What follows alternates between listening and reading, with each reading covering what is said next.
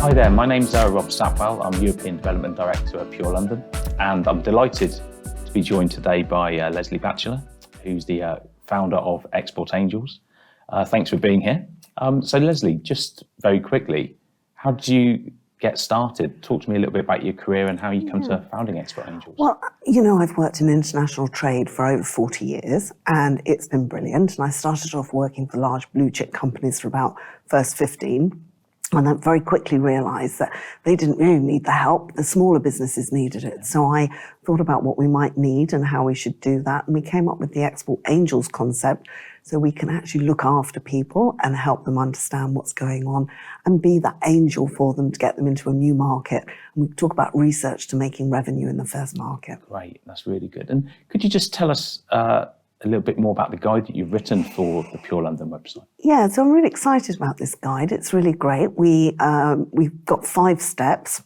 The first one is obviously getting you to the exhibition in the first place. But then the second part is talking about international pricing and how to cope with the foreign exchange. The third part is all about getting paid and how the UK market likes to be paid. And the fourth one is about delivery and documentation. And the fifth is all about how to develop the market once you're there. And how do you think, with Pure London and Export Angels partnering together, how do you think we can help get an exhibitor's goods into the UK?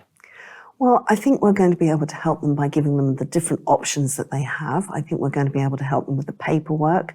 And really what we want to be there is just a help for the businesses to understand how they get the collection into the UK and what they need to do. And really we want people to talk to us as soon as possible, as early as possible, because there's a lot to do and we don't want any hitches at all. And what do you think, in your point of view, would be the 3 vital things to remember when looking to coming to enter the UK? Absolutely, that's such a good question, because there are 3 things that you always have to do when you're sending anything around the world or you're importing or exporting, and that is you need to know your harmonised code, and that is the code that we use to identify all the goods that travel around the world, and that's normally about 4 to 6 digits, depending on what type of thing it is. The second part is all about understanding how the country of origin works, because just because you bought it in one country doesn't actually mean that's where it's originated from. So we need to be really specific about that, because in turn that will help you understand the duties and the taxes that are payable on it. And finally, the last part is all about the value of the goods, because you really need that value to understand how much duty to pay, but more importantly, to make sure that you're treating it as a valuable commodity. Oh, brilliant. And just why do you think it's so difficult at the moment for export businesses from Europe to come into the UK? What do you think the challenges are?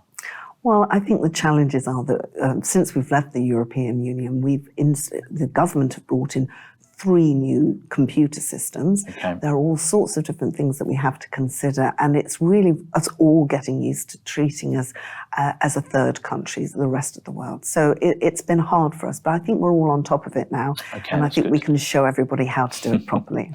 Brilliant. And which kind of preferential countries have trade agreements already with the UK? Well, we have 64 different trade agreements that the UK has negotiated, and of course the big one for us is Europe, which is the Trade and Cooperation Agreement, and that tells us how to manage. But the 8 countries that are under what we call a general system of preferences, and these countries have 0 rates, and that means that if you're bringing goods from China or India, you're paying probably around 8 to 12% in taxes.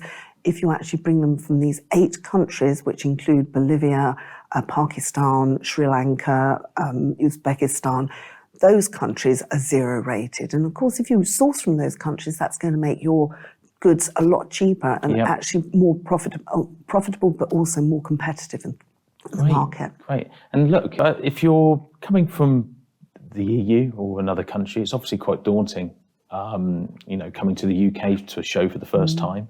How do they go about choosing the right carrier? What would your advice be to that kind of point of view? Yeah, I mean, I think finding the right carrier is sometimes about just finding the right fit anyway. But if you're working with a carrier locally in your market, it might be as well to talk to them about who they know and what contacts they have. Talk to some of your other competitors, I suppose, but talk to your people in the sector to find out what's going on and get a feel for what's happening in the market, because you need to know that they understand your sector. Okay, and what about, but they need kind of to be VAT registered in the UK to trade with the UK? Well, yeah. So one of the things we cover off in the guide is talking about things like FOB, FCA, DDP, and DDP is delivered duty paid. And this is a really important Incoterm to use, because actually what you're doing is you're making sure that your customer doesn't have to pay anything. So if your cargo arrives on the door as a delivery for them, they don't have to pay extra. And this involves being VAT registered or having a fiscal representation in the UK. Okay. You really need to understand that. But there's lots of help out there, and the fiscal representation, although it's an extra cost, isn't as expensive as setting up a VAT registered company. Well, Leslie, listen, thank you so much for joining us today. We really appreciate it at Pure London, and thank you to all of you for watching. See you at Pure London soon.